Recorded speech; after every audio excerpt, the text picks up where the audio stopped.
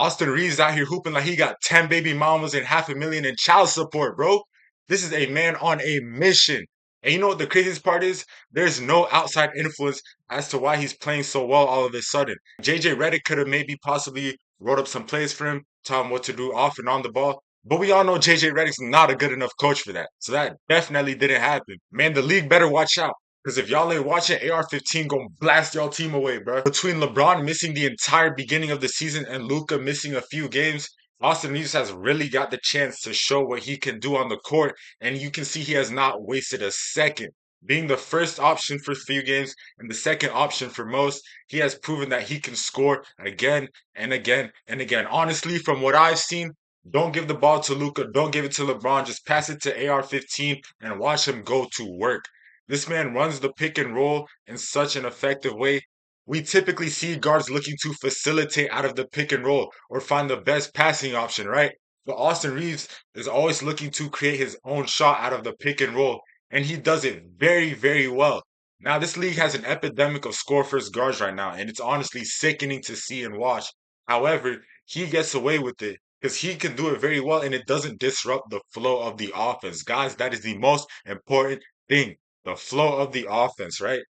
The problem with most score first guards is that they disrupt the flow. Tyler Hero, Damian Lillard, etc.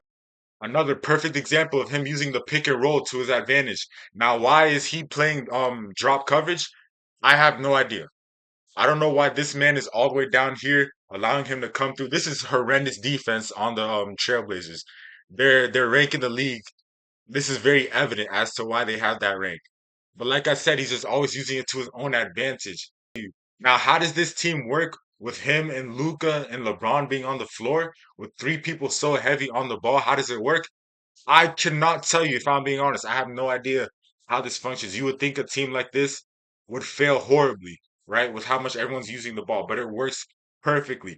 Not because of JJ Redick. I cannot emphasize enough how it has nothing to do with JJ Redick. Their success has nothing to do with him. All right. JJ Redick is just here for the laughs and giggles. Luca and Austin Reeves are the future of this franchise. And I really hope they don't go mess it up and trade Austin Reeves. You know, the league has been moving real snaky recently. Nobody really safe. It don't matter who you are. Unless your name is LeBron, you're not safe. So once LeBron inevitably retires, the best move obviously would be to keep AR and Luca and build around them. Now, what they need once LeBron leaves is a real big man, not DeAndre Ayton. Sorry, bro, you're trash, right? Okay, he's not trash, but they can find better, right? So once LeBron is gone, they give him a real center. Now we're talking about a real championship contending team. I mean, they're contending champions this year. Like they could definitely. Am I yapping? Am I yapping, guys? I might be stretching it a little bit, but they could go far in the playoffs this year for sure.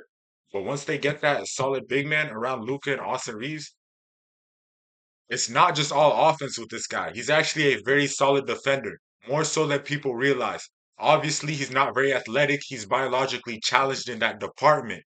However, his biggest attribute on defense is up here. And that's what keeps him so grounded and his timing, his discipline, his footwork, the angles at which he reads the defense. He knows the offensive sets well. He rotates well. He's what you call a connector defender, I believe is the term, right? He keeps the unit organized. He keeps them one. He doesn't do anything crazy, but it's the little things like you see that? That's timing, that's discipline. Reading the passing lanes. He's always just in the right place at the right time, and that goes a long way. Now, as crazy as he has been playing for this whole entire season so far, we cannot jump to any conclusions yet because it's too early on. We have to see this deeper in the season, right? Like, not to say the first 20 games don't matter, but it's what happens really after the All-Star break. That's when we really see who's really about it, as well as obviously into the playoffs. Can he keep up this kind of performance deep into the playoffs, averaging a little bit more than 20 points? Can he give us that, right? Because that's still considered good. Obviously, he's not going to be averaging 35, 38 in the playoffs. But, you know, if you give us 25, 26, you've kind of established yourself as a star, dang near superstar. You know what I'm saying? But unfortunately for him, it's just too early. We have to see more consistency from him. But I do like what I'm seeing.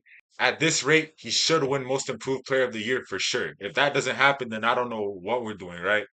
The only other possible contender could be maybe be Norman Powell, But nah, like what he's doing is just on another level from anything he's done in any previous years. And yeah, I'm just very excited to see where the Lakers can go in this offseason with him potentially leading the team, not leading the team, but being the second option. And yeah, it's just we'll see.